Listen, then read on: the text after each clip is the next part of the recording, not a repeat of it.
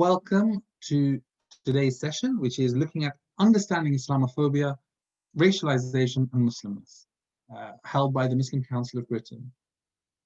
Good evening, everyone, and it's really fantastic to have such a broad audience coming together to discuss a really important topic.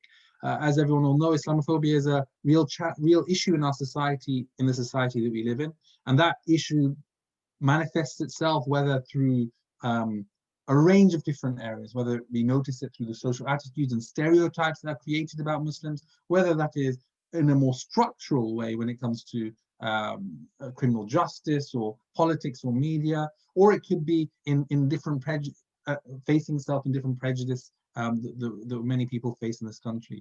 We have so many statistics which show the scale of Islamophobia that we face as Muslims in this country. Some of the worst ones you notice are when it comes to young children. 31% of young children, in one of the largest polls ever done of young children between the ages of 10 and 14, 31% of young children think that Muslims are taking over England. That's how it's got, that's how bad it's got, that so many people have these very worrying views. And we often understand that these are driven from so many different angles. And today we're going to have a brilliant panel who are going to be able to investigate and dig into some of the real issues about Islamophobia in far more detail. Before we actually get into the panel and talk any further, I just wanted to highlight the fact that this event is being live streamed on Facebook. So and obviously many of you may want to talk about this on social media.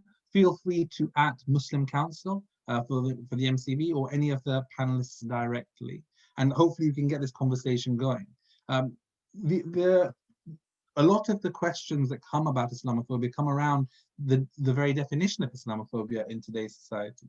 And what we are very aware of is that there is no current definition of Islamophobia that has government support, but the definition that has got significant support amongst Muslim organizations up and down the country and across most political parties other than the Conservatives is a definition which was set up by the All Part Parliamentary Group on British Muslims.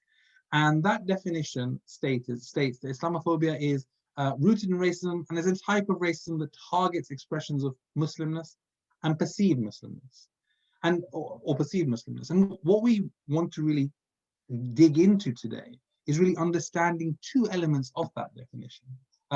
And they're very broad definitions that are really important in our society and in this definition in particular. Those concepts are the idea and the concept of racialization. Everybody knows that Muslims come from a range of different racial backgrounds, different ethnicities, and therefore, how can we talk about Muslims as a racialized group? And we'll talk about the racialization of Muslims as one part of today's session. And the second part of the session will look a lot more on Muslimness as well, and why Muslimness? Why is Muslimness an important part of what we're talking about? But the way that this panel will go is we're going to have a start by Abdul Karim Vakil. He'll talk about why Islamophobia, understanding the term and a brief overview and history. He'll speak for 10 minutes. We'll then have a session on racism and racialization by Dr. Steve Garner and Professor Sahar Salad. And that will end up being so the total will be half an hour, 10 minutes for each speaker, after which we'll have a Q&A. So that'll be our first Q&A session. But please feel free to ask any questions that you want on the chat directly or within the Q&A to specific panelists, and that would be great. A question's already come up saying who the host is, so sorry, I should have introduced myself from the outset. My name is Miqdad Versi, and I'm a spokesperson for the Muslim Council of Britain and lead for public affairs and comms for the Muslim Council of Britain, leading on a lot of the work related to Islamophobia. So after that first session of three panelists, and the Q&A for about 10 minutes. We will then go on to the second bit, where we will have talking about intersections between and parallels between racisms. Miss Huwa Shehu unfortunately has had to pull out this today, so she won't be able to speak because she's not been able to make it today. We've got Dr. Maryyum Mehmood and Salman Said, who'll be talking specifically about Muslimness. So hopefully together we will have a much deeper understanding of the real challenges of Islamophobia in our society and what this term actually means. To give some background as to what we're doing here, this is the first of a number of different sessions.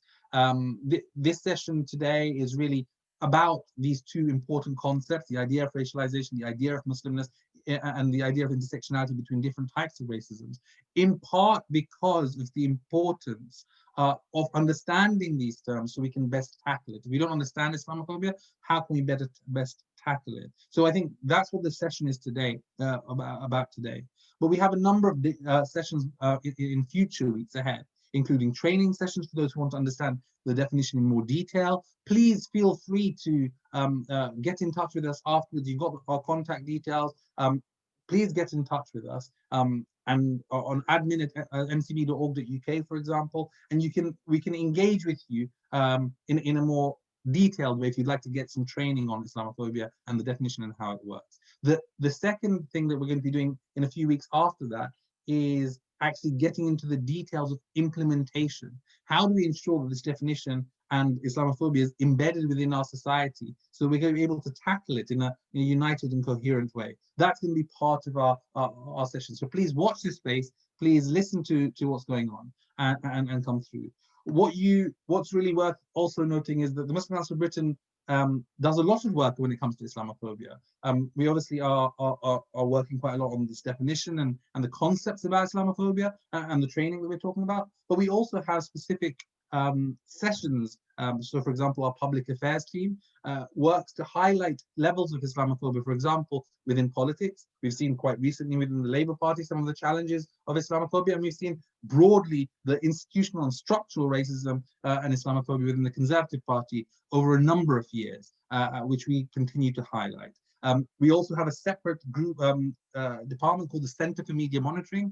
It's a Muslim Council of Britain project which looks at Islamophobia within the media, a major challenge given the way that the media and the way that politicians talk about Muslims has a real direct impact on what Cambridge University calls creating an atmosphere of hostility towards Muslims. And that's a real challenge. We need to make sure we tackle the structures that embed Islamophobia within our society, because just dealing with it on a grassroots level doesn't resolve the problem entirely. So that's just my overview. That's a little bit about the Muslim Council of Britain and as the largest umbrella body of Muslim organizations in this country, what we do at a very high level when it comes to Islamophobia. Obviously, feel free to ask if you have any other questions about it, and we'll try and engage. But without further ado, it would be fantastic if we're able to have our first speaker today. His name is Abdul Karim Vakil. He is a fantastic speaker. He's engaged with Muslim Council of Britain for a very long time, and he's speaking on why Islamophobia, understanding the term, brief overview and history. A little bit about him. He studied his BA in History and Economics at York University before becoming a lecturer in Portuguese studies. He has since been the head of department in the Department of Portuguese and Brazilian Studies at King's College, and he's become a lecturer at the Department of History at King's College.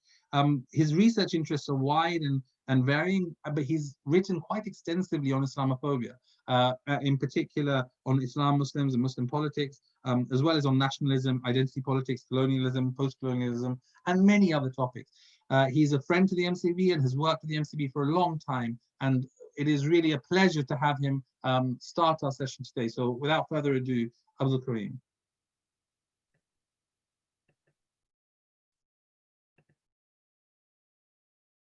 Assalamu alaikum. Alaykum salam. Thank you very much. Okay, everyone. Thank you for the invitation, Miqdad. Let me suggest 3 points as a contribution to setting the terms of discussion today. So first is that meaning is usage, and what matters about concepts, terms, and definitions is the work that they do. So firstly, and to get this out of the way first, the meaning of Islamophobia is not its etymology. It's neither set by discovering when it was first coined or by whom, nor by deducing its meaning from the component parts of the neologism, Islam and phobia. So there's a cottage industry around each one of those two. The first one, especially on the fringe Islamophobic right, what I call the present at the creation revelations, is a sort of the claim to expose some perfidious Islamists in Tehran or Londonistan or in the IT in New York, take your pick, who sat around the table and launched this terrible weapon to shut down all criticism of Islam and Muslims and to attain world domination. The second is a sort of recurrent red herring in academic and public debates, which endlessly stuck on the words phobia as denoting some sort of mental illness or disease, and Islam, that because being a religion, between them contribute towards discrediting rational and perfectly legitimate criticism of Muslims. Now, most of this is waffle.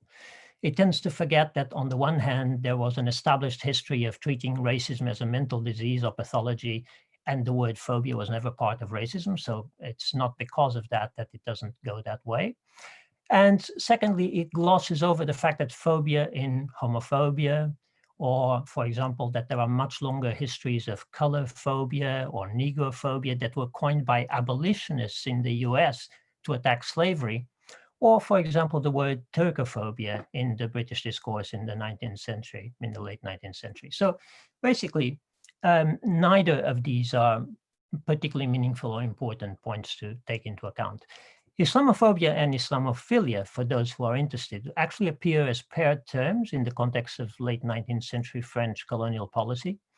And they mean little more than contrasting positions in governing, and particularly in how to divide and rule and to co-opt different population groups within a colonial setting.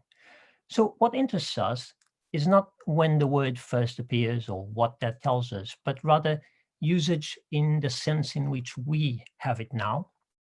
And there's a pretty good case to be made for the fact that consistent usage of the term in our current usage occurs in France at the context of the First World War and in the interwar period.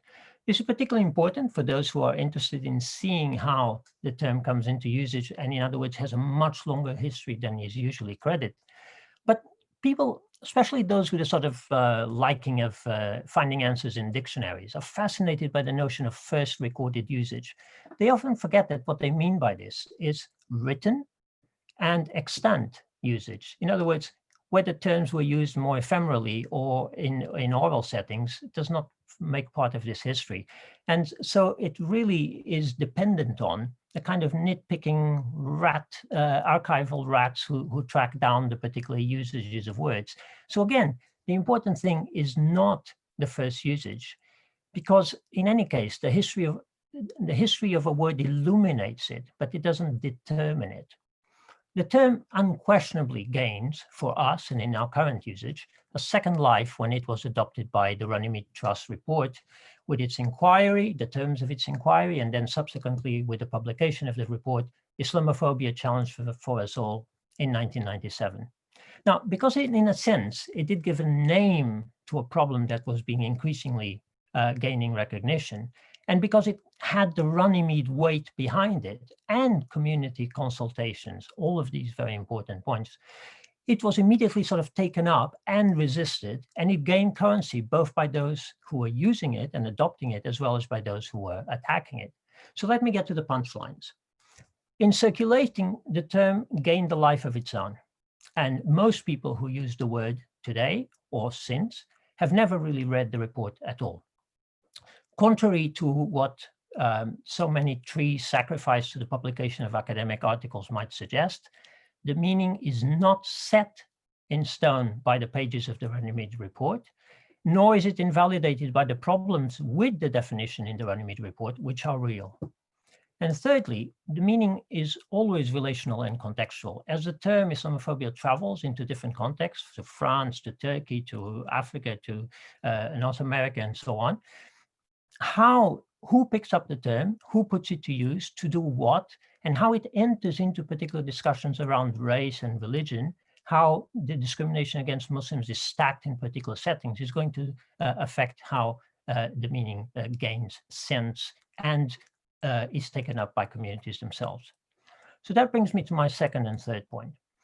The second one is that what Islamophobia is cannot be understood, nor how it works, nor what it does, nor how it is to be addressed and redressed simply by looking at the British context alone, or by thinking in terms of national contexts at all. So one can see easily why there is a temptation to do this.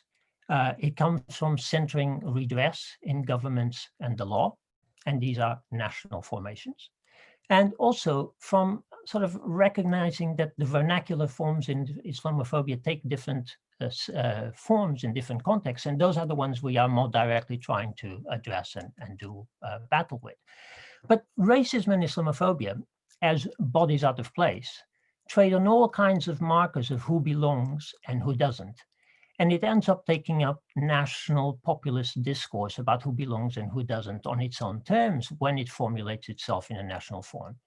But whether you look at the blogosphere and think, for example, of the tropes that I use about Muslims, from the inassimilability of Muslims to the vile rape-fugees coinings in Germany, to the so-called public debates on integration and the Muslim capacity to do so, or moderation, or values, whether we look at policies on extremism and security, or whether you follow the money of the right-wing tanks and the mobilizations of right-wing populist groups, it's clear that Islamophobia is always both local and globally transnational. So the point is, we can't think parochially about Islamophobia in the United Kingdom or about British solutions to Islamophobia. Think of the constant slippage between our ways of life, the way we do things, and Europeanness or Western civilization. In much of the Islamophobic othering of Muslims, these are nested kind of concepts. They slip from one another. In addition, many excellent contributions have been made by many scholars, many of them who I respect tremendously, who provincially mistake Islamophobia in the West for Islamophobia as such. But Muslims as recent immigrant minorities who must adapt a particular context and are problematized in that way is only one variant of Islamophobia, and they feed into each other. So we need to think globally, even as we act locally. So here in our context, Islamophobia has two inextricable faces: white entitlement that renders Muslim belonging and citizenship always precarious and contingent, and securitarian iterations of the global war on terror. So I come to my third point. One of the great virtues of the definition that we're discussing here is its economy and simplicity. It says two things. One, that Islamophobia is a type of racism, and two, that the specificity of that is that it targets expressions of Muslimness or perceived Muslimness.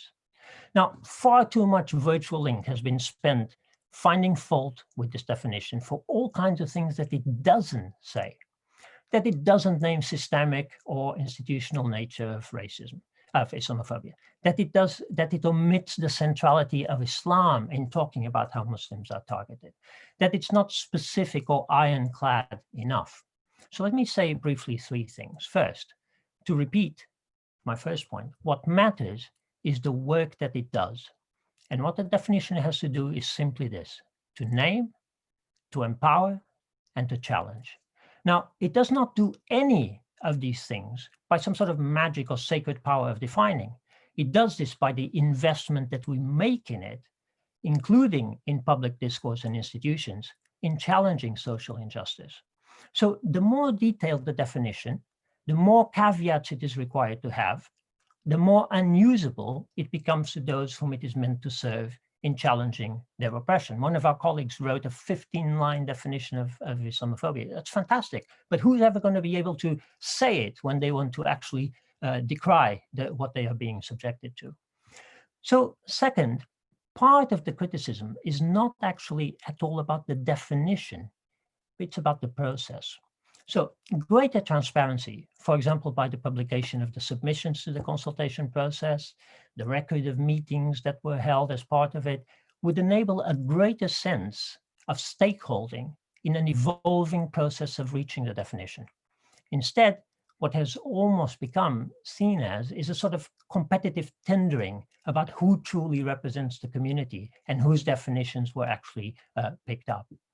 Additionally, far too much was placed on the publication of the report itself and the disclosing of the definition as a sort of deliverance of the clear line of truth or judgment on what is and what is not Islamophobia.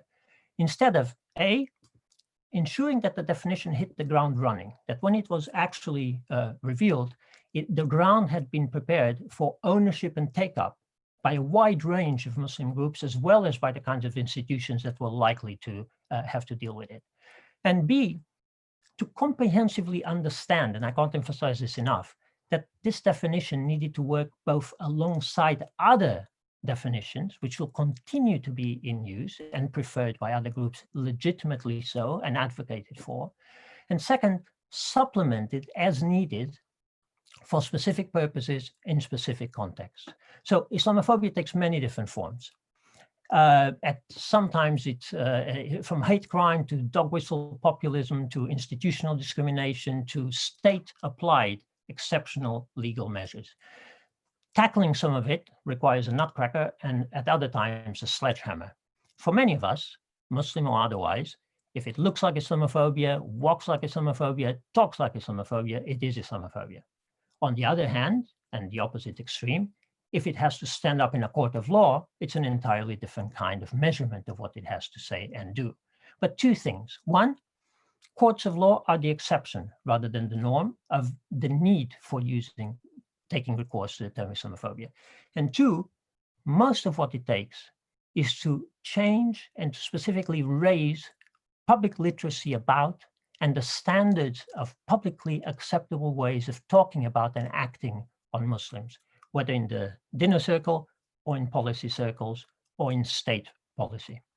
So it took a long time before leveling the charge of racism at anything or anyone or any policy was something about which people had clarity about, whether it was racism or was not racism, whether it counted or did not count, or even longer, for it to become a sort of unacceptable to make racist remarks, so that when someone called it out, it actually meant a shaming and a retraction.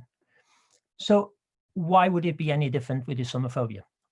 It's going to take the traction for it to find a particular kind of level of contestation until we have greater clarity, and an investment in making it something that is unspeakable. So my third and final point, religion and race, these categories that we are here to discuss today, are mobile categories. So they're not sort of existing categories in the world. They are ways of seeing and making sense of the world, grids or mappings, if you like, for navigating social relations.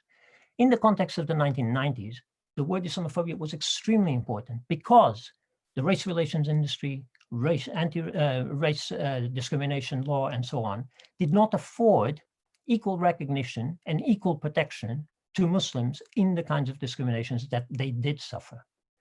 In the context of 2020, the separation of religion and race in the equalities law as protected characteristics does the opposite.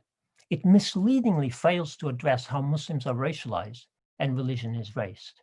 And so neither the definition of the Runnymede Trust of 1997, nor, in my view, the current usage within the equalities law serves Muslims well enough. And that is why we need this particular kind of intervention along the lines that I have suggested. And I will leave it there. Thank you very much, Abdul Karim. That's very insightful, and as you can see from some of the chat discussions, too many great points, and we need to highlight the fact that you can watch this afterwards. You can make further notes afterwards by looking at the Facebook page of the Muslim Council of Britain, which will hold this video later. So without further ado, I'd like to welcome Dr. Steve Garner, who will be leading the first part of a two-part panel on the exposition of on racism and racialization. Dr. Steve Garner from Cardiff University, he'll be speaking on defining and explaining racism as a socio-cultural phenomenon. Dr. Steve Garner is a senior research fellow at Cardiff University in the School of Social Sciences, and he has an experience in a variety of policy methods, and his main area of specialism is the sociology of inequalities and identities, particularly those related to race, ethnicity, class, and nation. He is a senior teaching associate at the School of Sociology, Politics and International Studies at Bristol. He's the head of Criminology and Sociology department and professor of critical race studies at Birmingham City University. and has a range of, a long history in this space. So without further ado, Dr. Steve Garner. Thank you very much indeed. Okay, so I just want to say before I start on what I'm talking about, that discussions and definitions of these topics are highly political. Dominant groups have investments and stakes in refusing to acknowledge that racism is systemic rather than an individual issue, or that Islamophobia is even a real phenomenon, for example. So we should be aware that whatever else we're doing this evening, what we're discussing is part of a long-term political struggle for equality and justice. So my brief is to talk about race and racism in relevance to culture, and then I will hand over to my colleague Sahar when I finish. So we're in a session where you get two for the price of one, and I'm the one you get free, okay? So I'm going to start with race because it's the building block on which racism functions. So I want to make three clear points. First of all, race is a social idea and not a purely biological one. Second, race has always been conceptualized as physical appearance and culture, not just one and not just the other. And finally, it's always been a hierarchical idea. It's always been used and developed in a context of making hierarchies about the social world. So before the term race was used in a way that we might recognize it now, probably sometime in the 17th century, but as Abdul Karim mentioned, it doesn't really matter that much. The ideological work that race now does was done by using other sources of distinction, such as religion, nationality, region of origin, language, etc. These were primarily cultural distinctions. And the justifications for colonization at that time of Ireland, for example, and the Americas, used ideas of culture, language, dress, social organization, perceived levels of civilization, which are all as important in some cases as physical appearance in distinguishing the colonizers from the colonized. And of course, civilization meant relational to the dominant group, which is typically white Europeans. So just to reiterate that this perspective that I'm giving you is race and racism seen from the West. I'm making no claim to report from any other position. So when did we first make explicit theories about race? This was during the Enlightenment period, which is roughly the 15th to the 18th century. The first explicit theories of race appeared in this period, and they were based on the idea that the human race could be split up into races, and that usually the focus in these theories was placed on the body. The differences between bodies revealed the group's level of civilization and status. So the body was like a code that you could deconstruct and understand capacity for civilization. So all the people in the group that the body belonged to were, according to these kind of theories, more or less rational, more or less violent, more or less capable of democracy, more or less beautiful, etc. And so if you want to understand how Muslims can be made into a racialized group in the 21st century, this is the kind of thinking and forms of logic that we need to understand. And these theories then combined physical appearance with culture to make conclusions about the group and where they fitted into the hierarchy of the time. And these discussions always took place within political and global contexts. And the global context of that time was, of course, the European colonial enterprise.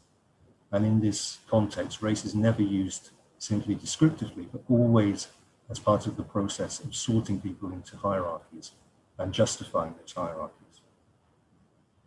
But we have to say about race theory that race theory has never agreed what race is with a consensus, how many races there are, where the dividing lines are between them. And some theories split the races into subgroups. For example, at the end of the 19th century, we're at the point where the white race had been theorized as containing people who were Teutons, Anglo-Saxons, Latins, Slavs, Celts, Persians, etc. So just to say all of this, that race is a very elaborate fiction. And the use of race is to explain the social world by reference to the natural world, a particular understanding of the natural world that flowed from science in the conditions of the colonial enterprise. So races then are the imaginary units that comprise the basis for racism, and I'll move on to that now. So, racism is a system rather than just a set of interactions between individuals. And for me, a system means it's a network of social relations that spread across time and place, and they tend to reproduce patterns of outcomes, typically in terms of access to resources, but it could be anything such as employment, wealth, housing, citizenship because of immigration policies and law, representations in the media, etc. There's a whole range of things that you could look at to say, these are the patterns which result from racism. In terms of definitions, there are plenty of definitions out there, and they differ slightly. And my stance on this is always to say, whatever your definition is, it must have the following three components. And they are, it must be a power relationship, it must have behaviors and practices that lead to forms of discrimination, and it must have a body of ideas that make race and justify hierarchies. So, start off with power. All forms of discrimination are power relationships, in that dominant groups have access to resources of all kinds that enables them to have advantage. Military, technological dominance allows the dominant group to frame ideas, to say what counts as knowledge, what doesn't, to establish institutions and practices that produce those patterns of outcomes that I mentioned, in which the dominant group remains the dominant group. Practices and behaviors that lead to discriminatory practices are then seen as part of this wider idea of power, behavior, and ideas. I direct people to the book by Stokely Carmichael and Charles Hamilton from the 1960s called Black Power, in which they make a very clear distinction, one of the first ones, between individual and systemic forms of racism. So they take the example of the city of Birmingham, Alabama, in the 1960s, and they point to one bombing attack on an African-American church in which 5 children are killed. They say this is an extreme version of an individual act of aggression. But in that same year, in the same city, hundreds of African-American children die at a very early age. Others are sick, and others are suffering the impact of segregation, poverty, malnutrition, etc., and other bad health outcomes, which all stem from their social position. So the latter example for them is an explanation of how the systemic forms of racism work alongside the individual ones. You can't separate them always, but in terms of analysis, you have to see them at 2 levels. So just to stress that it's impossible to only understand racism as interactions between individuals. The sets of ideas that form part of a definition of racism have to revolve around the idea that humanity is split up into races. And we've seen just now that the races can be defined by their culture, appearance, civilization, combinations of those things. And that these ideas then go on to justify a hierarchical organization of groups. And they give us information, right? We're aware that everyone in group X does this and is like this. Everyone in group Y is like this and does that. Those ideas don't have to be accurate and they don't have to be logical, but they are connected with each other. And I'll give you now an example of how this functions in relation to Islamophobia. So we know that one strand of Islamophobia links Muslims to political violence, okay? So my explanation of how this works in light of what I've just said about how racism is defined is that if you imagine that there are 3 separate elements. One is Islam as a set of ideas and practices, which we already know is dynamic and not monolithic over here. You have political projects that evoke Islam and use violence. Those followed by groups such as Daesh, Al-Qaeda, Al-Shabaab, etc. And the third element is Muslim people from a variety of different backgrounds and cultures. So those 3 things are not equivalent. One is a set of ideas and a faith. Another one is people, and another one is projects using violence. So, it's an apple, an orange, and a pear. They're not equivalent to one another. But the impact and effect of how racist ideas work is to destroy this distinction and to equate one of them with another. So by repeatedly associating these three elements together, they end up being discursively stuck to one another within a power relationship. And then the practices which stem from this further stick these three things together. And we'll be hearing more about that in detail from Sahar. So, giving you an outline, a whistle-stop tour of the idea of race and how it's linked to culture, then some ideas about how racism functions. And now the question is, in relation to that definition of the APPG, how is Islamophobia a form of racism if Muslims are not a race? And to answer that, I'll pass you on to Sahar. Thank you very much, Dr. Zivgana. So yeah, we're now very fortunate to have Professor Sahar Salod, who will be speaking about explaining the process of racialization itself and how it pertains to Muslims and Muslim communities. Professor Sahar Salod is Associate Professor in the Department of Sociology at Boston, USA.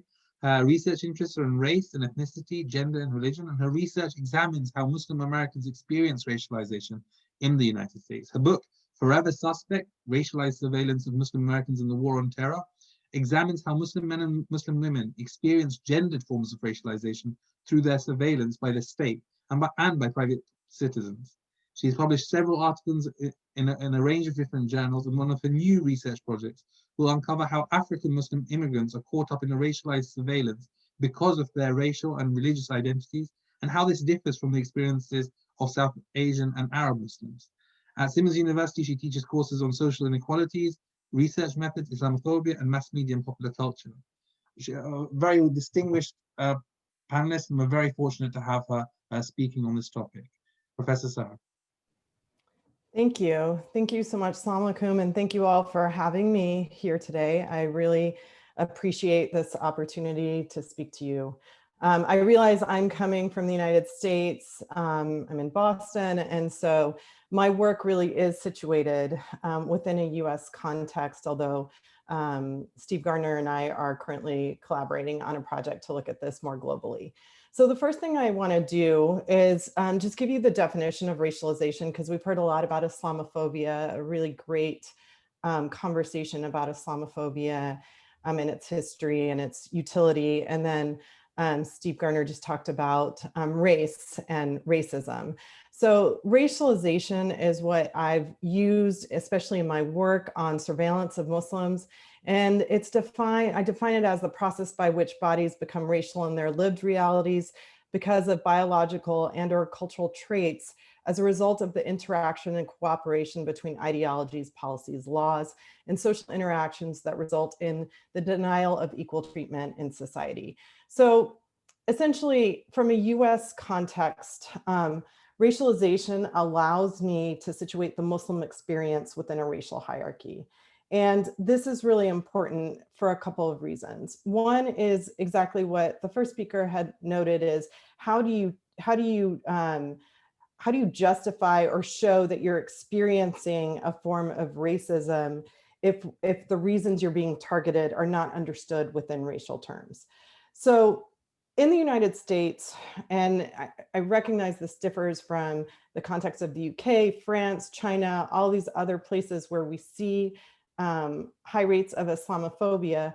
In the United States, what is apparent is that race is a shifting concept and racial categories continuously shift over time. And so that's based on the socio-political, historical context of what's going on. So as Dr. Gardner said, race is something that's not static, it's fluid, it's not just based on biological traits, but also cultural attributes as well. And this is something that we argued in an article that we wrote together. So racialization, what is racialization then? For me, racialization is when racial meanings, newer racial meanings are applied or applied to bodies. So for Muslims in the United States, for example, you have a really racially and ethnically diverse group of people. You have a large African American Muslim population, you have an African immigrant Muslim population, South Asian, Arab, white, and Latino, Latina, Latinx. So, you know, to call Muslim a race is not the correct way to analyze their experiences. Everybody in a racialized society has a racial classification. But what I found was that previous to 9/11, Muslims had experienced discrimination. This was not a new phenomenon. 9/11 did not create this. The war on terror did not create this. What the war on terror did was it institutionalized anti-Muslim racism. And so racialization, as I look at it, is how do we see a Muslim identity acquiring these newer racialized meanings? So what I found in the United States was that it was through laws and policies that were put into place immediately after 9/11. And I think you could find connections between the UK context and the United States in this sense.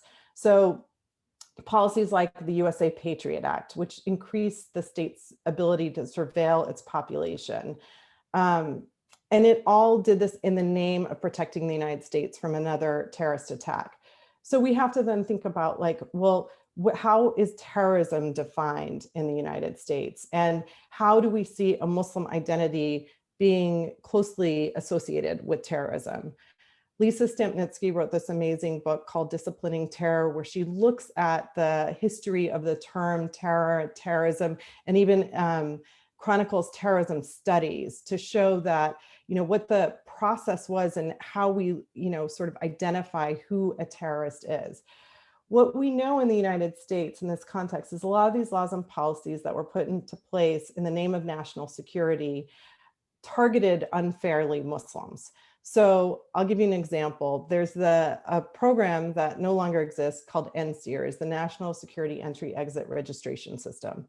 After 9/11 in the United States, men 16 and older who were non-citizens had to go and register with the state. So they had to register with the government where they were fingerprinted, interrogated, and had their photograph taken. 25 countries were on this list. If you were from one of 25 countries, you had to go and register with the state under NSEERS.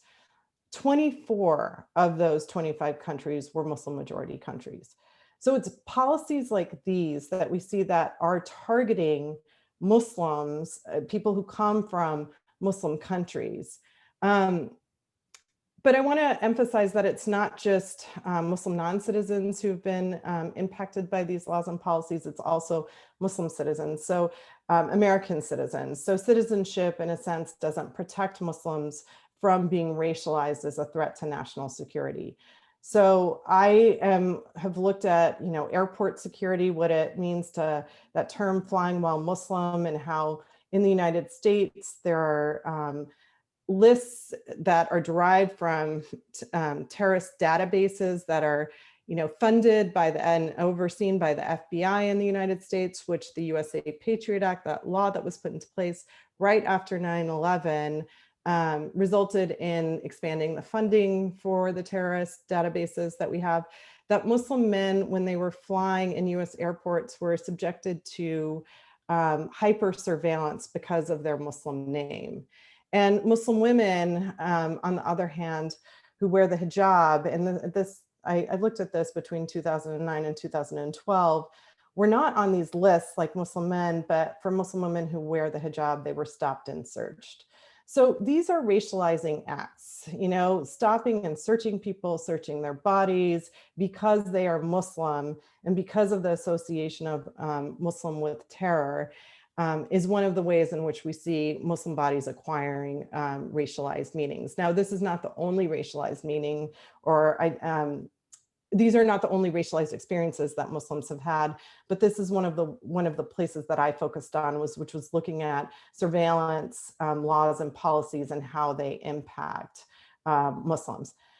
Two other things that I want to note. One is there are programs in the United States called Countering Violent Extremism, where the federal government gets Muslims to apply for these grants and participate in surveillance of their own communities.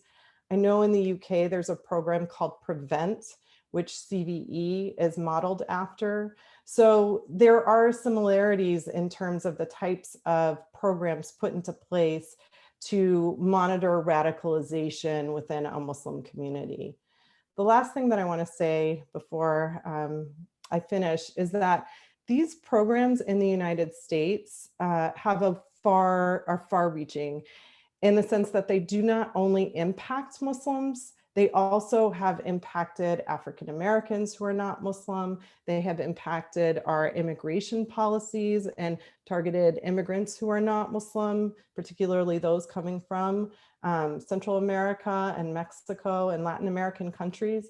So the ability to expand on surveillance, security, in the name of protecting the United States from a terrorist attack does not just impact Muslims in the US context. And then I'll just end with, I absolutely agree that we need to, think about Islamophobia in more global terms. And that's something that I'm really interested in examining, is how do we see some similarities, but we always have to remember to contextualize the Muslim experience. So while Muslims in the United States have certain experiences, it will differ across different nation states. So thank you so much for having me. I will stop there. Thank you so much, Professor Sahar. Real pleasure to have all of you, Dr. Steve, Abdul Karim, and Professor Sahar together, all engaging on this important topic. We do have some time for Q&A just now, especially on the racialization element and the broad overview of Islamophobia. So if anyone does have questions, please do ask them either on the Q&A button at the bottom of Zoom or on the chat function. Let me just raise a couple of the questions that have come up so far. One for Abdul Karim and Dr. Steve, I think, because it's in the UK context. Do you agree with the present definition of Islamophobia? Do you agree with the definition of Islamophobia? Abdul Karim and Dr. Steve.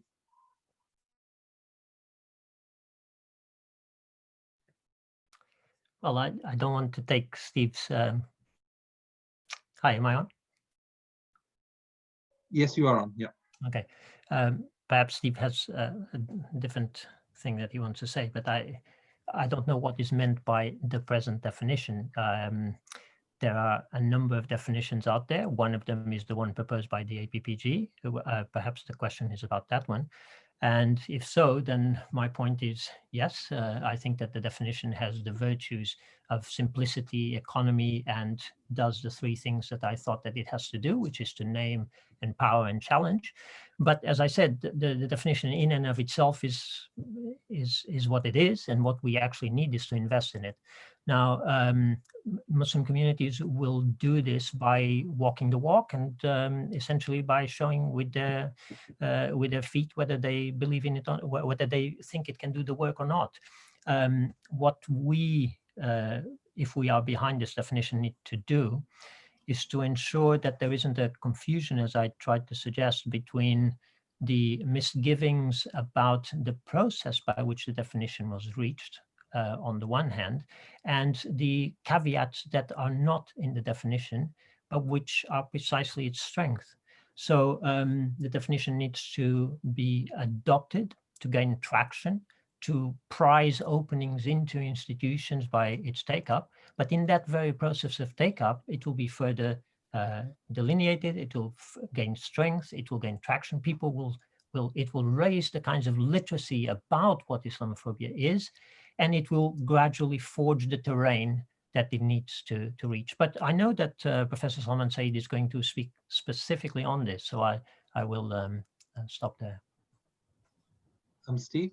Steve? Yeah, that's beautifully put, Abdul Karim. So I would just say, what you have to think about with these official definitions is not necessarily the definition. Unless it's wildly out, don't worry about it.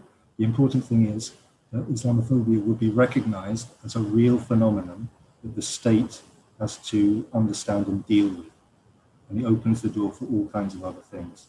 If you don't have a definition, all the struggle is made so much more difficult than if you do have a definition, even if you're not 100% with it. 90% in support of the definition is fine. because what it does is enable other things to happen. Thank you very much, Dr. Garner. One for Professor Sahar. How can we tackle or address Islamophobia? And that's a big question. I think that just like Dr. Garner just said, it has to be recognized as a problem. In the United States, for example, we do have what I would say is a movement going on around police brutality and racism. There's a Black Lives Matter movement. We have to start recognizing that this unfair targeting of Muslims as a threat, as a violent threat, is deeply problematic. So when Lisa Stampnitzky, for example, in her book, she talks about how terrorism is defined as an irrational act. How can you prevent an irrational act? So I think part of it is recognizing what laws and policies are put into place. How are they impacting unfairly, discriminating against Muslims? And it's not just security, right? It's also schools. What do we see happening in terms of schools when Muslim kids are bullied? What is the repercussion for that? I know that Prevent in the UK and CBE in the United States our grants are being given, at least in the United States, to social services, to hospitals, to police unions, in addition to Muslim organizations. So I think we need to think about grants such as CBE and question them. We have an organization in Boston called the Muslim Justice League that is actually trying to educate the Muslim population about protecting themselves from this type of surveillance. So it's a big, it's a lot to tackle, but there are a lot of different spaces in which we need to start examining where we see laws and policies that are perpetuating the racialization of Muslims. In fact, they're sort of they're triggered by the racialization of Muslims. They rely on that for some of these laws and policies we see that are put into place. Thank you, Professor Sahar. There are three questions which are quite similar, so I'm going to put them all together and ask all the panel to cover them, if that's okay. And this is on the institutionalization of Islamophobia. So one question is, at which point do we recognize the institutionalization of Islamophobia in the UK, and how do we understand the institutionalization of Islamophobia as a process? Is it limited to the state imposing regulations or impositions? And related to that, I guess, is if the present UK government will not address Islamophobia in their own party, how can this issue be taken seriously? Because it is serious. All three related to the institutionalizational structures of Islamophobia. Maybe let's start with Professor Sahar, because there's obviously linked quite a lot to the state discussion that you mentioned, and then we can bring in Abdul Karim and Dr. Garner, and then we can move on to the next panel. So let's start with Professor Sahar. Yeah, I think this is the hardest part, is to start recognizing that this is an institutionalized systemic issue. And so how do you get the state to recognize the institutionalization? And I think part of the problem is we do get stuck a lot on terminology like Islamophobia. I think I've spent a lot of time discussing the term Islamophobia in different forums and groups, and I understand why that is, but I also think that once we start collecting data on how people are impacted unfairly, how they're experiencing racism and targeted, that's the evidence that we need to demonstrate how certain laws and policies are, institutionalized Islamophobia or racism against Muslims. So I really think there's a lot of work that could be done by not just academics who are, studying it and writing it, but also, activist organizations, nonprofits, in terms of collecting the evidence that we need to demonstrate this. And to the point about the UK government, I'd let the other two speakers address that more, but in the US context,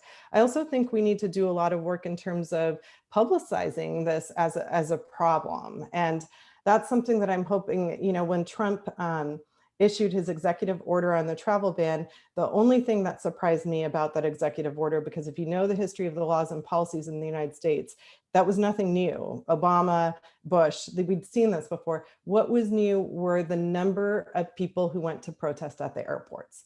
That was what was new. So we need to educate also the public on these issues. Thank you. Okay, thank you very much. Dr. Garner?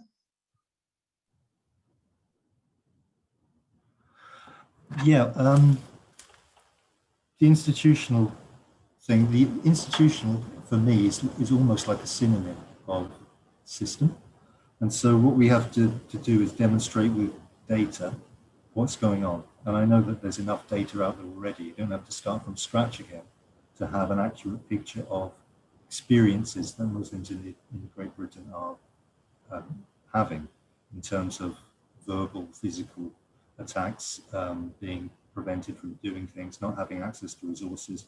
So one thing, this is from the, I guess, the French experience, is that overwhelming statistical proof eventually forced the tide of discussion to stop and turn around. It had been very much arguing that Islamophobia was not a real thing.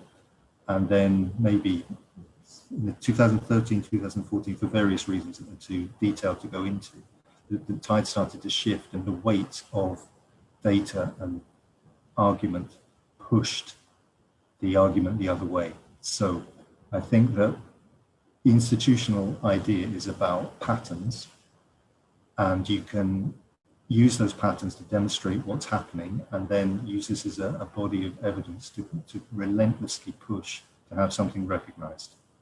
So that's what I want to say about that at the moment. Thank you. And Abdul Karim? Thank you. So let me first fully endorse Sahir's point about state-sponsored forms of Islamophobia and Steve's point about patterns on both of them. Let me, however, be a little bit less sanguine about the question of data. This for two reasons. One, collection of data itself can be subject to the very institutional processes that we are putting into question that implement these policies, and that's a problem. If we do rely, as we increasingly do, and so much of the work done in France, for example, was precisely on activist data, and if we can work on the epistemological recognition of the kinds of research and data collection that are done in grassroots societies, then that is absolutely extremely important. But I guess my point is a slightly different, for being less convinced is a different one. Nobody is any doubt about the extremes inequality of injustice and poverty and economic distribution, and that alone does not lead to a more just society. So no entrenched distributions of power and privilege have ever surrendered themselves out of the goodness of their heart. Basically, what it requires, Islamophobia is a form of injustice, and what it requires is struggle, is resisting, it's protesting, it's mobilizing, and it's putting pressure until things change. And the pressure comes from below, and it eventually has to lead to change from above. But the state cannot be our sole point of concentration. It has to be a multi-pronged process of attack and mobilization. Thank you very much. Really, really interesting discussion happening, and more questions coming through. But we do need to move on, and so we're going to move on to the next session, looking at intersections and parallels between racisms. We were going to have a session on intersection between Islamophobia and anti-Black racism, but unfortunately, Ms. Hawa Shehu from the CPS is not able to join us. So we are going to move on to Dr. Maryyum Mehmood, who will be speaking to us about parallels between Islamophobia and anti-Semitism from the University of Birmingham. Dr. Maryyum is the Center Facilitator at the Edward Cadbury Center for the Public Understanding of Religion at the University of Birmingham. and a research associate at the St Bennett's Hall, University of Oxford. She holds a PhD in Anti-Semitism and Islamophobia from the Department of War Studies, King's College London, and through her YouTube channel, The Shift with Maryyum, she curates content to increase religious literacy and foster social harmony. So thank you very much, Dr. Maryyum, and we look forward to hearing from your thoughts. Great, thank you. So I hope everyone can hear me. Yes, we can. Firstly, great, okay, brilliant. Thanks, okay. Salam everyone, and firstly, thank you to the organizers for arranging this timely meeting and panel on such a pertinent topic. Thanks also to my fellow panelists for their thought-provoking interventions. Now, sadly, my co-panelist, Hawa, could not make it very last minute. They were expected to speak on, as Miqdad said, the issue of anti-Black racism and Islamophobia. So before I launch into my own talk on Islamophobia and anti-Semitism, I'll just say a few brief points about anti-Black racism and Islamophobia. For one, they are not mutually exclusive. Anti-Black racism exists within and outside of Muslim spaces. One can be affected by both simultaneously, and unfortunately this does occur. Similarly, one can be a target of different forms of hatred at one given time. This is because our identities are intersectional, meaning that multiple schemas or aspects of one's identity can be stigmatized. For instance, one can be targeted on the basis of their skin color, ethnicity, gender, and faith group. One can also be target of hatred for being a Muslim in wider society, and within Muslim spaces, they can simultaneously be stigmatized on the basis of their denomination or madhab, hence sectarianism. Now, defining Islamophobia as a form of racialized hatred does not deny that anti-Black racism or sectarianism exist. It goes back to Abdul Wakil's point about focusing too heavily on what a definition doesn't do as opposed to what it does do and the purpose it serves. So building upon all that has been said before me and to contextualize the theoretical frameworks of racialization and how this underpins Islamophobia, I'll be couching my analysis today in the lived realities of Muslims and Jews. Now, there's an awful lot of value in studying both Islamophobia and anti-Semitism in parallel.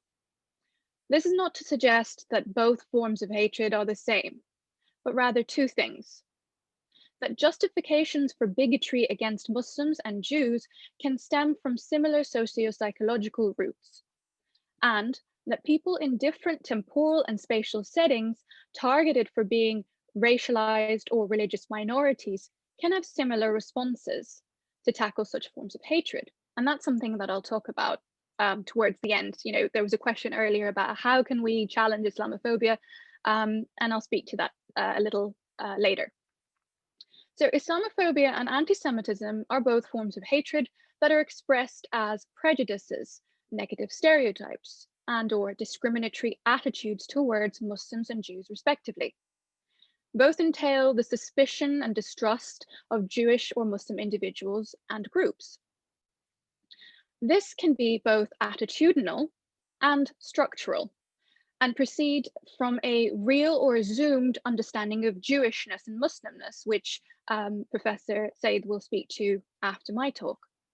So I'm not going to say too much about Muslimness or Jewishness.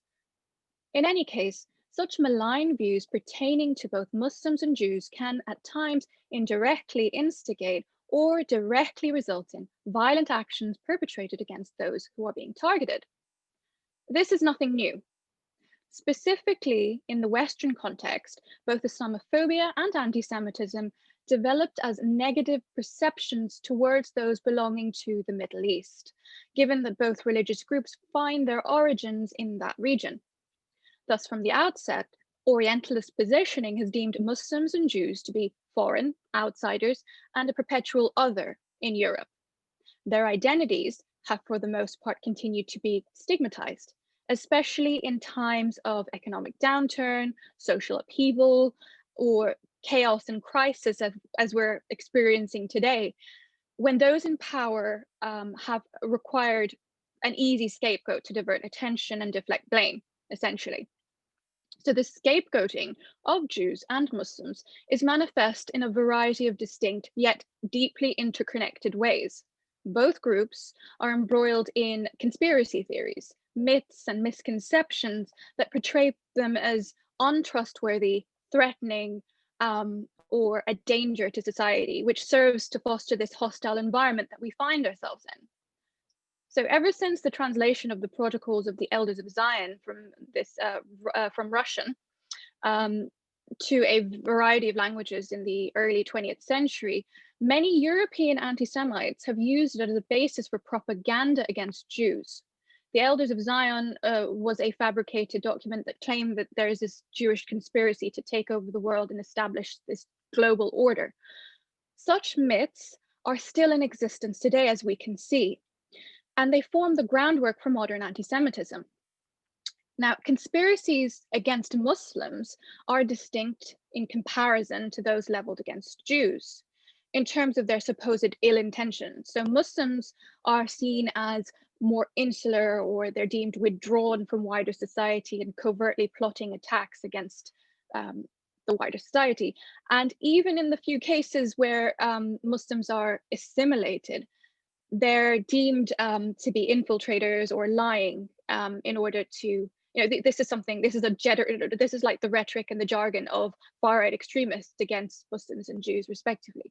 So this fear-mongering against Muslims asserts that all Muslims are part of a transnational ummah that seeks to subvert democracy or gain world domination as a plot against freedom and liberty and all sorts of, this is the sort of stuff that we hear time and again replicated in far-right rhetoric and also within certain forms of media.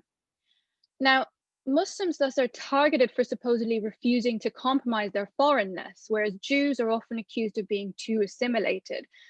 So this is like, although it's not the same, it's not one and the same, there are similar patterns there in terms of excluding Muslims and Jews. So in many ways, anti-Semitism and Islamophobia exist together and reinforce each other. As such, this duality of the construction of a Jew or a Muslim in Western logic or thinking are two sides of the same coin. Moreover, it shows how anti-Semitism and Islamophobia reflect a racial and not just a theological character. And they can take a number of forms spanning behavioral, discourse, and state policy, as was mentioned earlier. Now, for these reasons, it is accurate to say that both anti-Semitism and Islamophobia are similar in that they use ethnicity, skin color, culture, cultural garb or dress, outward appearance, or belonging, and group practices as factors in formulating this hate. Now, as such, they're not limited to the hostility of religion alone, but they're tied up with identity, stereotyping, socioeconomic location, and political conflict, amongst other dynamics. That's not to say religion isn't a cause of for the hatred or for people to be targeted on the basis of their religious doctrine or practice thereof. But these things, these sort of an ideology or an understanding of such, or even a religious doctrine, is manifest when people practice it, right? So when somebody is target of Islamophobia, it is not simply because they look a certain way. It can also be because they practice their faith, or sometimes it doesn't have to be. As was said earlier, it's not one or the other. This can happen simultaneously. In terms of Islamophobia and anti-Semitism, the expression of both attitudes that are anti-Muslim or anti-Jewish, they're not separate, but instead they're this conjoined activity, if you will. So according to Pew Research data from 2018, it highlights how those who express negative attitudes or views towards Muslims are also more likely to express or hold such views towards Jews. Thus, there is much overlap and interaction between anti-Semitism and Islamophobia. So for instance, far-right fear-mongering against both Muslims and Jews. There's fundamental sort of underpinnings. Places of worship are attacked, both synagogues and mosques. Now, while they both follow a similar pattern, anti-Semitism and Islamophobia, the solution to tackling such violence against Jews and Muslims can also share similarities and garner similar responses from within their various, their respective groups. So it comes back to that point of how do we challenge anti-Semitism and Islamophobia in wider society? Of course, definitions are important, and we need to challenge structural oppressions, but also we need to strengthen resilience against hatred in a way that, it's not done in a vacuum, or, it's not done in one community, but rather as a whole, society as a whole. Extremist narratives often target multiple groups at one given time, and a single individual might find themselves, as I said earlier, as at a target of extremist rhetoric for more than one reason, hence intersectionality. This is because one might be targeted, as I said earlier, on the basis of religious affiliation, as well as being discriminated for on the basis of their gender or their social status or educational attainment. Furthermore, while one might not personally belong to a specific group at the center of a hate campaign, they might feel firstly subject to Islamophobia. For instance, Sikh men might be targeted, but also they might feel a strong solidarity or affinity with other forms of oppression. So minorities who are also being oppressed, there might be certain empathy as a result, this shared empathy. And that's what we need to draw upon. And we're seeing formulating in society as a whole, there's this drive towards sustainable alliances amongst different groups globally. And we see that whether it's, Muslims who are being targeted in Burma, or whether it's, Islamophobia as a global phenomenon, but also, something like campaigns that aren't just on the basis of faith or racialized hatred. People are working together in solidarity to overcome these things. So I'm just going to finish off by saying that of late, it's become increasingly apparent to academics, practitioners, campaigners, etc., that our battles are not unique, and that it is far more fruitful and fulfilling if we tackle all forms of hatred, both racialized, religious hatred, every type, as well as other forms of extremism in unison. So the key to effectively changing attitudes and behaviors starts by tearing down pre-existing hierarchies of sensitivities, where one form of prejudice is deemed more deserving of our attention than others. Often that does happen, as we can see when, even in British politics today. It is about acknowledging that all forms of bigotry are bigger than the individual strife that we have as one single community. And the goal is that collectively we tackle Islamophobia, anti-Semitism, all forms of hatred together within a wider framework of hatred and hostilities.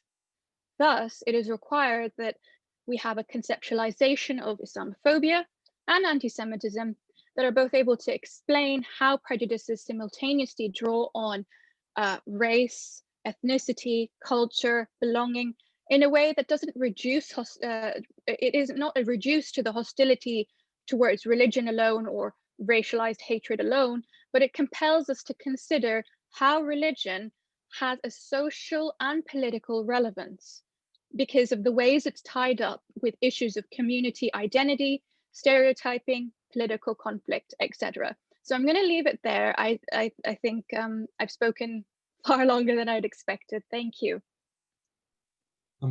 Thank you very much, Dr. Maryyum Mehmood. We're now very fortunate to have Professor Salman Saeed, who'll be speaking to us on why Muslimness, understanding the term, what it entails and includes.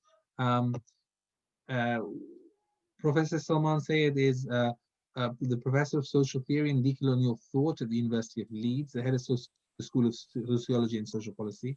His areas of expertise include decolonial thought, post-structural political theory, critical Muslim studies, analysis of Islamophobia and racism, and historical and relational macro-sociology.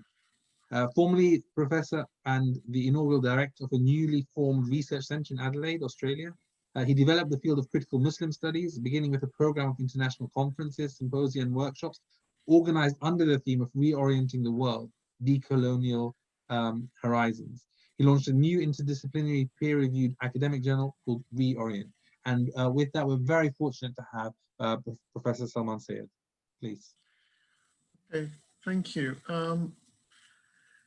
Well, thank you very much. I'll try and say two main things in this. Video on? Yeah.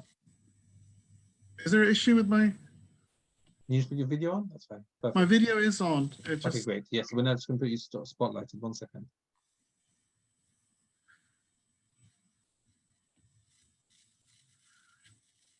Please continue. It is showing now. Yeah, I'll just carry on while this is going on. Sorry about this. Okay, so I want to talk about two main things, really. I want to talk a little bit about Muslimness and a little bit about causes of Islamophobia. And then if I have time, I'll talk a little bit about the politics of definition. So the first thing is this, that the two kind of main invitations, the main interventions that we made, the definition made, was really about the question about racism. And people have discussed that, so I won't mention that any further. But the other one was Muslimness. So why pick on Muslimness and what does it actually mean? And why is that so important? So one of the things is this, that some of you may know the name Balbar Singh Sodhi. He was murdered on the 15th of September, 2001. He was killed because of retaliation for 9/11. Now, most of you will know this, that he was not killed because he said his namaz 5 times a day. He was not killed because he read the Quran seriously. He was killed because he was assumed to be a Muslim. Now why was he assumed to be a Muslim? Well, because his murderer saw a man with a beard and a man with a turban. And that became for them was good enough to make them a Muslim. So the first thing I want to say about Muslimness, that it is actually a category which names a flexible list of features. It's not a definite thing because it changes over time. Let me give you another example. In France, there was, as you well may know, there's been a huge kind of 10, 15 years ago, there was a huge thing about the headscarf and schoolgirls being told not to wear, not being allowed into school if they were Muslim schoolgirls if they're wearing a headscarf. Then it became an issue about, once the laws was passed so the headscarf couldn't be worn, it became an issue about length of skirts now. That's also now becoming a way of defining certain features around Muslimness, that they are actually wearing, they're not wearing the length of skirts has become an issue. So what you see in both of these cases of examples that I've given you is that the category of being a Muslim is not really what's important for Islamophobia. What is actually important for Islamophobia is this category of Muslimness, and that can change over time, over context, at different places in different ways. So for example, you can identify a Muslim beard from a hipster beard. You can identify other kinds of markers of what constitutes a Muslim. And in fact, you can go to training sessions by the FBI and other agencies who will teach you how to spot a Muslim. For example, saying Allah Akbar to them, someone quietly, and suddenly see how they respond, etc. So I think it's important that we recognize that Muslimness isn't the same as being a Muslim. And that's why some of the criticisms of the definition about, well, who determines Muslimness? Well, it's not really about who determines Muslimness, because it is being determined all the time in front of you in different kinds of contexts. So I think it's important to feature that what racism that is targeting Muslimness, what it is about is disciplining Muslimness. It is how Muslims can express themselves as being Muslims. And that, it seems to me, is really, really a critical point here. The second point that I wanted to make then relates to that, is the kind of issue around the causes of Islamophobia. But these causes normally boil down to two things: what Muslims do and what Islam is. What Muslims do often has two kind of registers. One is that Islamophobia is a response to Muslim actions. Muslims carry out, they're violent or they are somehow problematic, and that leads to Islamophobia. And all we need to do is to make sure that Muslims behave themselves, then there'll be no Islamophobia. Another one is that Muslims are, the cause of Islamophobia is what Islam is. Now, strangely enough, there are two different camps on this. There are those who we could associate with the alt-right, who will find in the Quran the program for almost like a computer program that tells Muslims to be violent, to be problematic, to commit acts of cruelty, to be misogynist, etc., etc. And at the same time, there's others who argue that the reason why there's Islamophobia in the world is because people are hate Islam or dislike Islam. So what Islam is the terrain of what constitutes Islamophobia. What I'd like to suggest to you is perhaps what we should understand Islamophobia, not in relation to Muslim actions, because we can demonstrate again and again that while it is true that there are certain spikes and things, but the spikes happen afterwards. So in fact, incidents and attacks on Muslims are not normally directed to particular actions. They're directed to how those actions are interpreted. To give you an example, we have a number of cases where we have serial killers or people who've gone into and killed a number of people who happen to be white. This does not lead to attacks on white people just because of that. It is the association between Muslims and particular individuals as carrying out actions on the basis of them being Muslim. And that in itself is an Islamophobic construct. The whole logic of racism is that you do not allow for the fact that there can be individual actions which are not determined by group belonging. So I think it's important that we understand that the causes of Islamophobia are fundamentally a way of reading the world, a description of the world which has become hegemonic, which is how we actually understand it. And that, in a way, means that we tend to see associations. We see things in relation to actions, and we connect actions and individuals with collectives. And that in itself is not a natural thing. It is done through Islamophobic constructions. The final point that I want to make in all of this is really to do with the politics of definition. And I think this is something quite painful. As everyone on the panel has said, a definition is not a magic spell. If you said the word Islamophobia, the Islamophobes would not disappear. If you said Islamophobia to Macron, well, he wouldn't allow you to say it now, but if you did say it, it will not that he will suddenly repent his ways. So what is the point of a definition? The point of a definition is not to validate one Muslim organization or another. The point of a definition is whether it can actually help reduce Islamophobia. And it does so not because a definition is theologically sanctioned, that the definition comes, we have a Muslim definition of Islamophobia, opposed to a secular definition of Islamophobia. There is only way you can say that is by having a Eurocentric understanding of secularity and Muslimness. A definition is a particular purpose, and the point of this definition is that it links to a campaign. And the final example I will make with this, look at the struggle of racism in this country. Many of you may not remember, but 30 years ago, 40 years ago, the idea of racism was never acknowledged. When black footballers had banana skins thrown at them at matches, it was considered to be a bit of banter, nothing really problematic, and they should just get over it.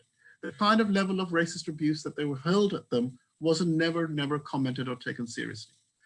Now there's a shift that not only do we have the Premier League matches being people taking the knee and you know, you talk about how cynical it may be, but stewards will throw out people making racist comments. How has that happened? It's not happened on the back of legislation. It has happened because there's been a change in the common sense of what racism is. And that is what the product of this definition is trying to do. We want people to be able to identify it, Muslim and non-Muslim, so they can call it out. They can only do that if they understand it as something that can be said very simply, very straightforwardly. If I went around and asked all the people on this call, what is the legal definition of racism? Unless you're a professional lawyer, or you're unlikely to know the current legal definition of racism.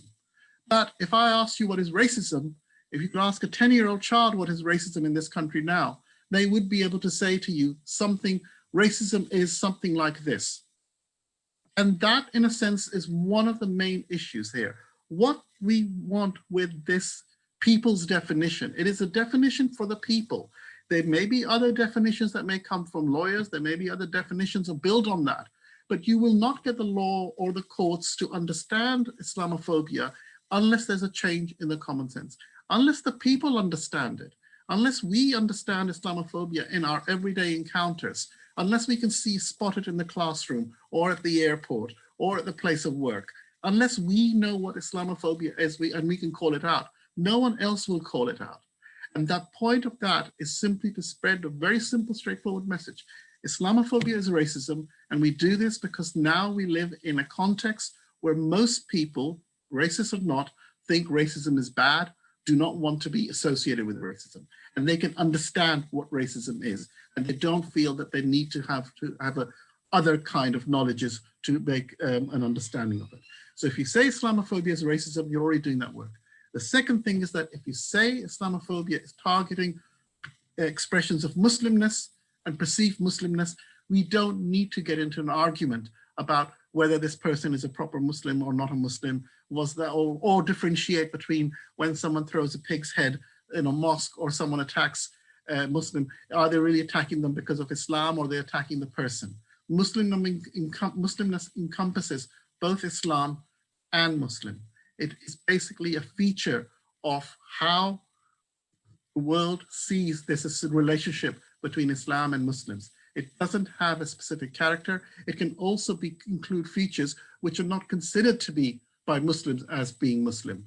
So I think one of the key points is this: we need to understand Islamophobia as racism, and that targets expression of racism, expressions of Muslimness. It is an understanding that most of us who've experienced it can always pick up. To conclude with what Abdul Karim said, there is an element about it. People know what Islamophobia feels like. They can experience it when they've experienced it. They know from microaggressions to murder, the range of things that it covers. And that in itself, what we're trying to do is capture that experience as a way of calling it out and building up policies and building up measures and protocols and building up cultural understandings that find such a thing abhorrent and fight against Islamophobia. The point of the definition of Islamophobia is not to enshrine it, but to understand it so you can undo it. I've finished now. I know you can't see my video, but I've got nothing more to say. Thank you very much, Professor Salman and Professor Zaid. And right now, what we'd like to do is get any questions from the audience, specifically on Muslimness, or more broadly, and we'll try and get some of those questions answered in this session. Should we start with the first question here, which is, how do we empower Muslim organizations in the UK to work together against Islamophobia? Maybe we'll start with Professor Salman. If you can turn your video on if you're able to, that would be great. I'm going to try. Is that working now? Well, anyway, I think the way to do this, okay. Look, the first important thing is this, that it is important that Muslim organizations and Muslim representative groups understand the gravity that we face. What is happening in France right now is really, really worrying. It's worrying not because, you could say, well, yeah, Islamophobia is global, Islamophobia happens everywhere. We can look at the fate of the Rohingya, we can look at the Uyghurs, we can look at what happens in Kashmir, we can look at what happens in India, and we can always put that away and say, well, it's there. What happens and what could happen in France opens a door for expressions for the way in which Islamophobia can actually spread. So let's be clear what's going on here. We are seeing organizations which combat for Muslim rights, which argue for Muslim rights, anti-racist organizations, anti-Islamophobia organizations being threatened with shutdown. We're seeing the institutional, someone asked a question about institutionalization. When the state says that it will start regulating and creating a French Islam, which is based for itself, this is one of the constant kind of tropes there. And what is possible in France is possible anywhere in Europe. So the first thing I would urge is that Muslim organizations and representative bodies need to understand the urgency of this. And the urgency of this means that instead of trying to fight battles about who said what and other kinds of issues about whether they were consulted or not, we should be really where we are and say what we need is to recognize that unless we speak and recognize Islamophobia as racism, unless we recognize that the harm it's doing, unless we recognize that people who are acting against Muslims are not good faith actors, this is a political and contested field. We will never get a perfect definition because we are human and because the definition is very contested because it is asking for a change. If the definition wouldn't be contested, would be a definition that wasn't asking for any change. So I think for Muslim organizations, I would say endorse this definition and move towards socializing it among the community, among Muslims and non-Muslims, so that we have a common vocabulary which we can point out some of the challenges that are faced by ordinary men and women who may be perceived to exhibit Muslimness. Thank you, Professor Salman. Another question, I think, which works for Dr. Maryyum Mehmood. Why are Islamophobia and anti-Semitism both unacceptable, addressed differently? Is it because one has a definition widely accepted, making it easier to call out? Can you hear me? Yes, we can. Okay, brilliant. So what was the question was, why are they treated differently? That's So right. I alluded to this in my talk when I said how there is this hierarchy of sensitivities.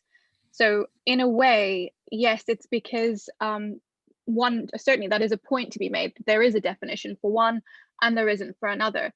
And my answer to this would build upon what Professor Said has just said about how it is important for us to work together, not just within Muslim communities, firstly in solidarity with each other, but also getting people in wider society to come together as well with us so that we can champion a specific definition and then reinforce this idea of acceptance and acknowledgement, because we are light years behind when it comes to having this acknowledgement within wider society, because there is this certain hierarchy of sensitivities that we see where unfortunately it is deemed acceptable to be Islamophobic. And there are certain reasons behind that, whereas anti-Semitism, that's not the case relative to Islamophobia, right? I'm not saying that that in wider society it's acceptable to be anti-Semitic, but there are pockets within wider society where Islamophobia is as accepted as a dinner time conversation. You can be brazenly racist and Islamophobic in certain pockets. And what we need to do, and essentially how we can get to the stage where this isn't the case and Islamophobia is recognized as a social ill, equivalent to anti-Semitism and other forms of racialized hatred, is by working in unison. And that's why what Professor Zaid has just said, that we need to get people on board and rally together in order for that to even happen. And I think, if there's anything that we've learned today, is that getting bogged down over and nitpicking about certain aspects of a definition being too secular or not religious enough, that's not the purpose. We go down to the very purpose, and as has been reiterated time and again, the purpose of this definition is to alleviate the Islamophobic hatred that we see in society. And the first step is actually acknowledging that this exists, how it manifests. Then we can come to sort of legislative powers, etc. So I think that's it from me. Thank you very much. We are running out of time, so I'm just going to ask, if everyone can give a 1 minute or a very short, final words on there. And one of the questions that's worth raising, that's been raised, that if you can finish it within your 1 minute, is perhaps for Professor Said, when you get your chances. In this context, what's the difference between French Islam and French Muslim, and how do they work together? But regardless, if we can give 1 minute each to each speaker, start with Abdul Karim and then go down, and hopefully we can then close after that. So Abdul Karim, you last minute, 1 minute, please. I guess the only thing to say is Islamophobia is not a plea for exceptionalizing Muslims' protection. It is simply a call for social justice for Muslims alongside others. Muslims happen to be particularly targeted at the moment. Muslims are hyper visible in society at the moment, and Islamophobia is a means of addressing this and redressing this. And we need to stop the squabbles about whether Islamophobia is the right word or not, or how to define it, and simply to pick up the resources that this definition, for example, gives us and run with them. That's it. Thank you, Dr. Garner. So as I alluded to at the beginning of my section, these are all really highly political ideas. I said something like, there are forces in society that have a stake in not recognizing Islamophobia as a real thing. I think we have to be really conscious of this and accept the definition that we have, because like the others have said, it's not going to be perfect, so it should be accepted, and then we use that as the basis to move forward. Dragging around and arguing about the precise definition, we're losing the strategic impetus of this, which is to move on. Recognition has been granted. You have to pressure the government to also take this recognition along, but that's the first step in a different type of process that we're going through. And also, just to lob into this very quickly, so this recognition identifies Islam and Muslims as the targets of a particular form of racism. We should also bear in mind at the same time that no one is just one thing at a time, and there are other issues to be looked at as part of the broader struggle for social justice, and one of those things is socioeconomic inequalities as well. So just bear that in mind as we move along and think about that. Thank you, Dr. Garner. Professor Sahar? Thank you. Yeah, I agree with what everyone said. It's time to really act upon this. We need to see coalition building around these issues. I think that what was said by Professor Said about Islamophobia as a form of racism has to be recognized. So, I think it's time that we start seeing some action being done. And I see in the comments that, definitions aren't being adopted by governments. And I recognize that that is a big issue.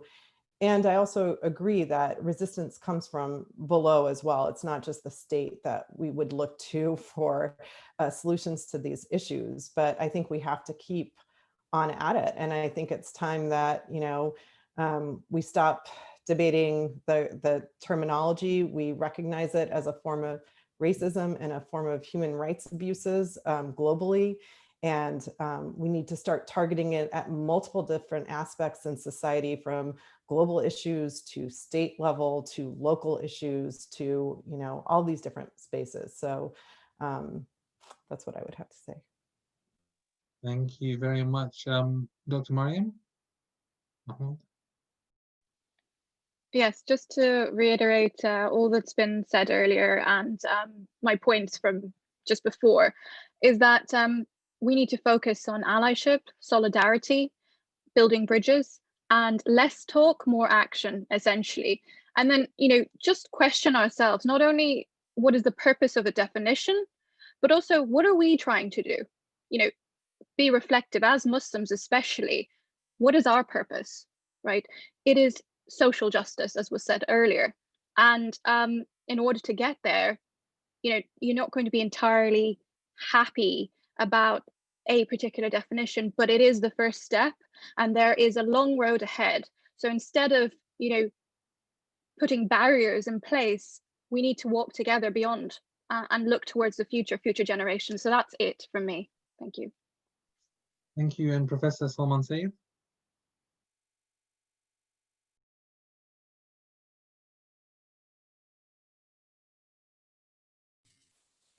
I just want to say that the real issue isn't so much the state accepting a particular definition. I rather that we have people's understanding of Islamophobia which permeates throughout society. That should be our goal.